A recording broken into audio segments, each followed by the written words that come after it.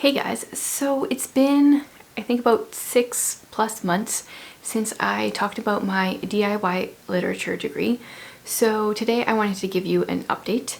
Also, I've started packing some books. You can kind of see there's less books up there. The process has begun. So if you didn't see my original DIY literature degree video, I will leave it linked below and up above. In essence, there was a few different things that I wanted to do to kind of create like a university literature degree for myself. This is year one. I went to university and took one single English course because that's just how my degree worked out, and I think that I'm doing a better job on my own than I did paying for this course. Part of that has to do with age, part of that has to do with interests. There's lots of different reasons for it, but I would say so far, even though I'm only like halfway through my first year, I feel like I've been pretty successful.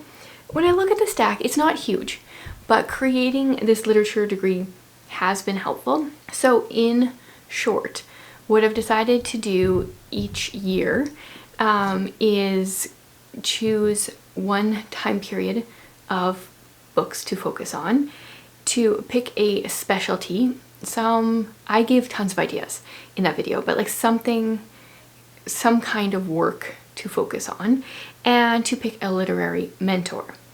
More details, like I said, would be in that original video. But I wanted to do a little recap of where I'm at so far, halfway through my first year. It is going okay. There is a stack of books here. I also think it could be going better, so I just want to like challenge myself to step up a little bit more for the second half of my year one here. So the first thing I decided to do for my time period is I decided to pick the Victorian time period. And I have quite a few books on my shelves that fit this time period. Thinking about my literature degree here, I'm already planning on putting a couple books from the Victorian era on my May TBR, so stay tuned for that.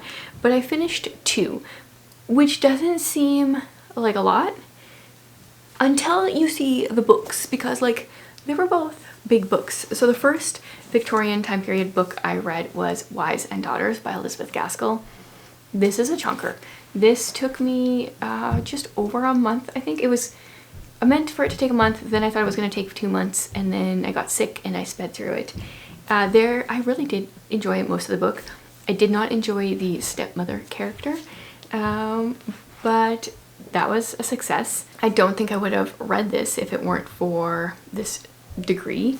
Then the other book I read was The Pickwick Papers, and reading this, even though I don't think Dickens will ever be my favorite author, I had a lot of fun with it, partly because I buddy read it with a couple of great ladies, and I also came to this realization that I want to read a Dickens book every January.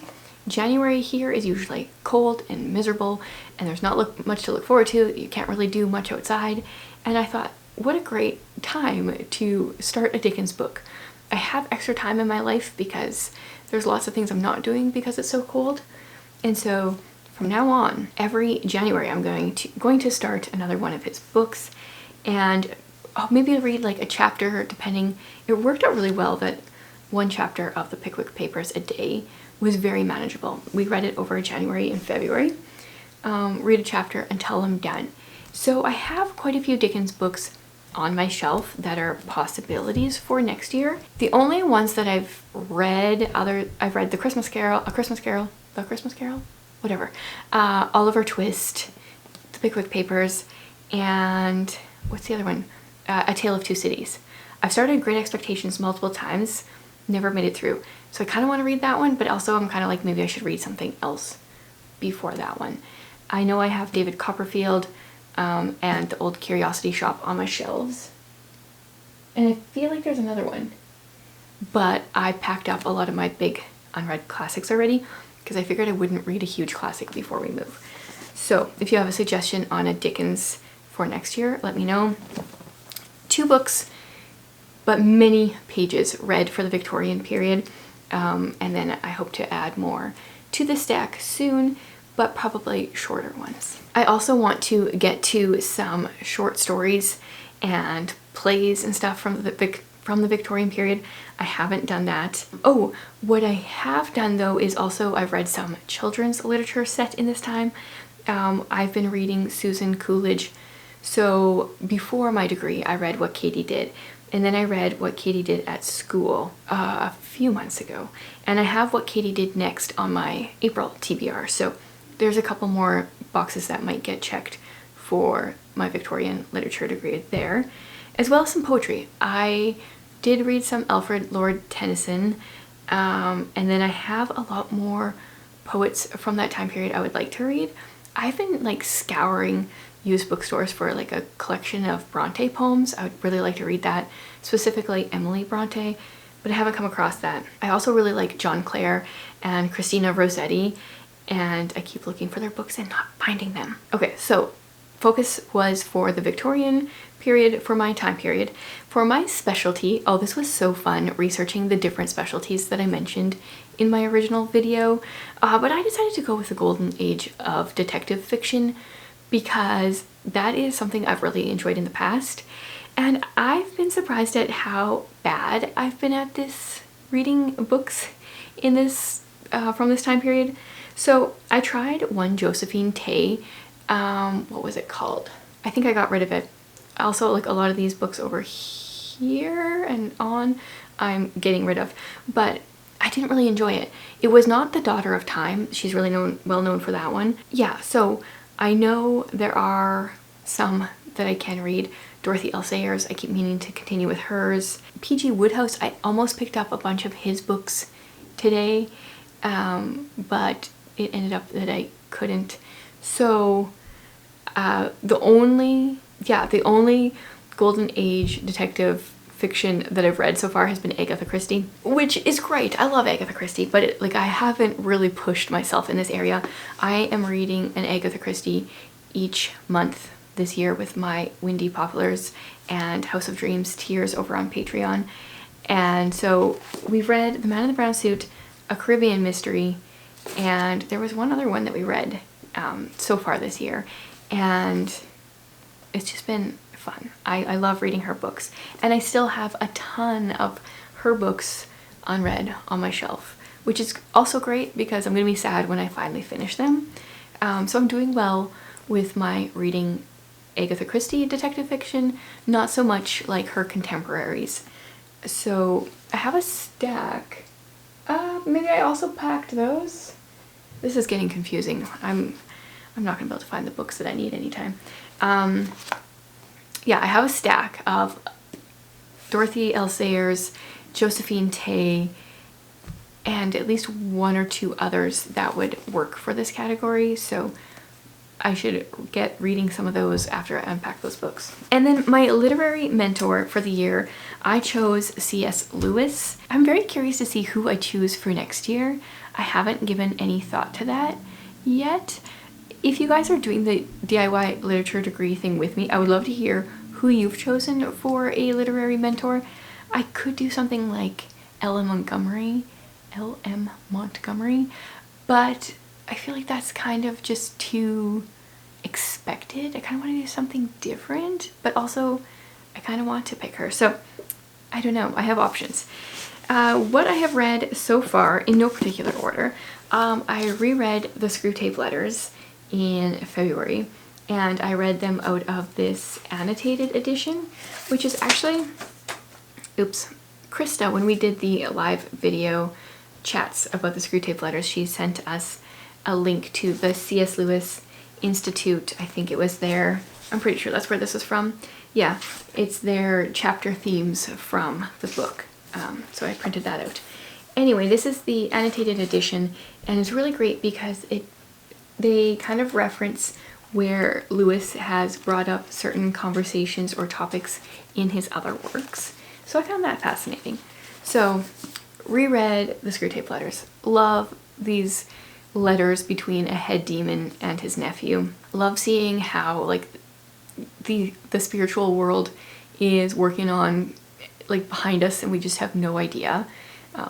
Really enjoyed this. I think this was my third time reading it, so obviously I like it.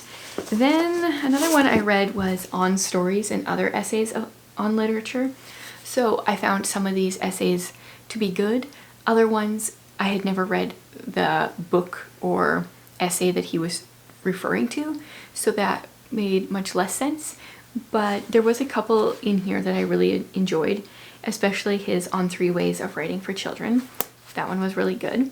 And it was interesting to read like a collection of essays. I don't ever do that. So there's quite a variety from what I've read from C.S. Lewis here in this year that I'm doing this degree. Then I read poems. So I did say in my wrap up, I think I wrapped this up in February or March, must have been February. I did not finish reading all of these poems because he writes like a classic poet. And as of right now, I feel like I just wasn't getting out as much from them as I might in the future. He writes a lot about Greek mythology and just other classic topics that wasn't that enjoyable to me, but I can appreciate it. And so I want to hold on to it because I think it will be better in the future for me. And then I just started and am currently reading Mere Christianity. So I just read book 1 out of 4. And then I'm going to work on that probably throughout the rest of April, maybe a bit of the beginning of May. And from there, maybe read another one of his here. I have quite a few other books of his on my shelf that I could choose from, or I could read one of the other books in here. So I feel like I'm doing quite well with him as a literary mentor. If you guys have a suggestion of where I should go next, I want to read through at least the like second half of the Chronicles of Narnia. I feel like I've read the first few books multiple times, so, and the second half, I think I finished it, but like I honestly don't remember. So like the last half, I've only read those ones once maximum. So I would like to get through the rest of those again. And at this point, I own most of his books, so there's lots of options there.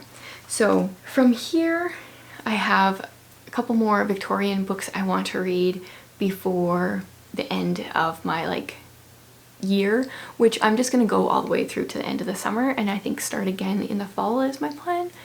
So I'm gonna do some shorter ones so I can check a couple more boxes and not just read massive ones. I need to do better with my detective fiction, find some of those ones that I already have packed up and read from some authors that aren't just Agatha Christie, and then read a bit more Lewis. But all together, I feel like I'm doing a really good job with this, considering everything else that's going on in my life. Like, I'm not actually a university student, so I have less time to focus, although my university career, I never was really that focused on it anyway. But I feel like I'm getting more out of this intentionality than I did in my university years. So I'm thankful for that, and I definitely plan on continuing each year, picking a different time period to read a bunch of books from, picking a different area of specialty. I have to go back to my list and see what is going to call to me next, and then picking another literary mentor. I'm excited to think about who I could pick for that. So if you guys are doing it, let me know how it's been going for you, what you've all been studying. It was very inspiring when you guys left comments about that kind of thing on the original video.